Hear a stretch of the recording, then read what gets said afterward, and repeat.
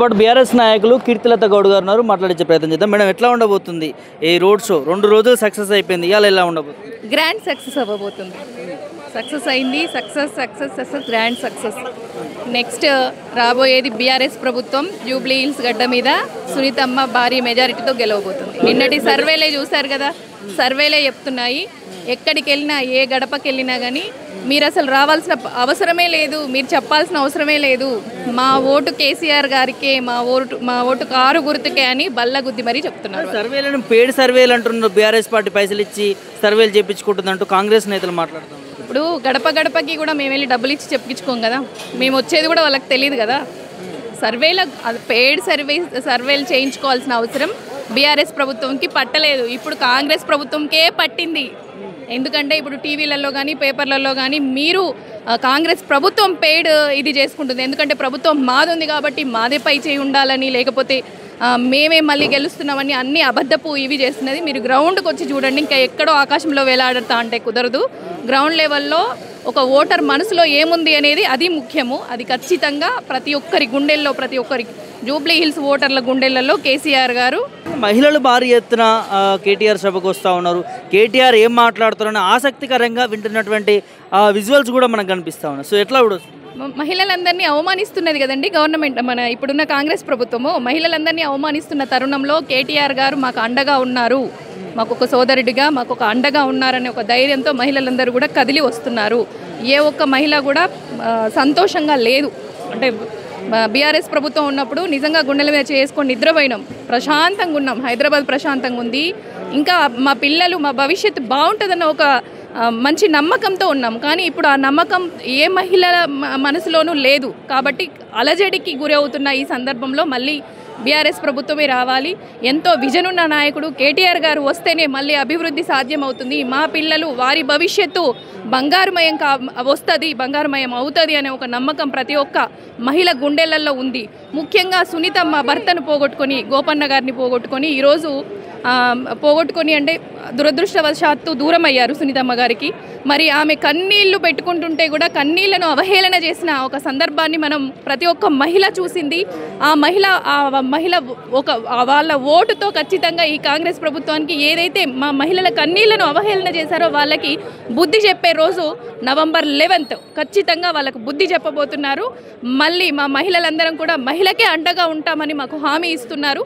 ఖచ్చితంగా సునీతమ్మ భారీ మెజారిటీతో గెలుస్తుంది. ఇక్కడ తిరగలేరని కొంతమంది నాయకులు కౌంటర్ ఇచ్చారు బీఆర్ఎస్ పార్టీకి. మేము తలుచుకుంటే సొంత ఇల్లులు కూడా చూడలేమంటున్నారు. మీరు ఇదే లోకల్లో డివిజన్లో తిరుగుతూ ఉన్నారు. సో దీనికి మీరు ఏం చెప్తారు? మరి మేము ఇక్కడనే తిరుగుతున్నాం కదా, మేము ఇక్కడనే తిరుగుతున్నాము. ఏం చేస్తావో చేసుకో, నీకు ధైర్యము దమ్ము ఉంటాయని మేము నిజంగా ఛాలెంజ్ విసురుతున్నాము.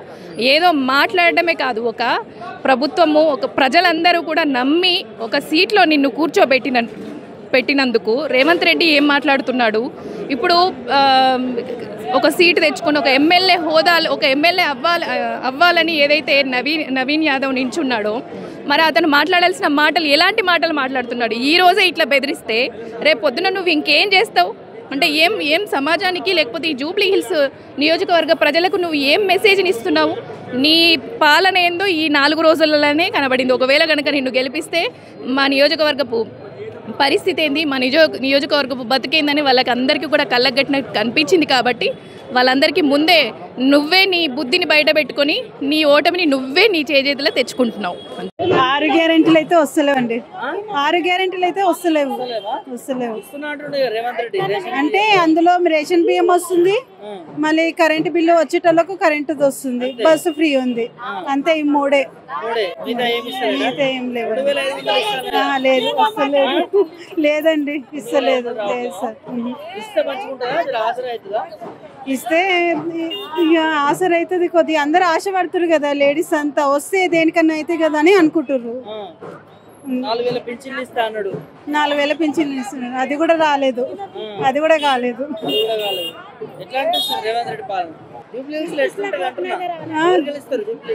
జూబ్లీహిల్స్ లో ఎవరు గెలుస్తారు అంటే బీఆర్ఎస్ బీఆర్ఎస్ గెలుస్తుంది. రేవంత్ రెడ్డి కాంగ్రెస్ గెలవరా? గెలవరండి. ఇంకో హామీలు ఇవ్వలేదా వాళ్ళు? హామీల గురించి అని కాదు, ఎక్కువ బీఆర్ఎస్ కే ఇక్కడ మెజార్టీ ఉంది. బీఆర్ఎస్ మెజార్టీ ఉంది ఎక్కువ.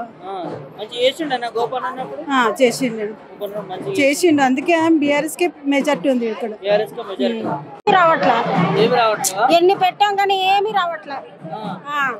మధ్య ఇల్లులో ఏమి రావట్లే, గ్యాస్ అన్ని ఏమి రావట్లే. ఇస్తున్నాడుగా ప్రచారంలో చెప్తున్నారు. కొంతమందికి ఇస్తున్నారు, కొంతమందికి ఇవ్వట్లే. అద్దె కొంపలంటే ఉంటున్నాం.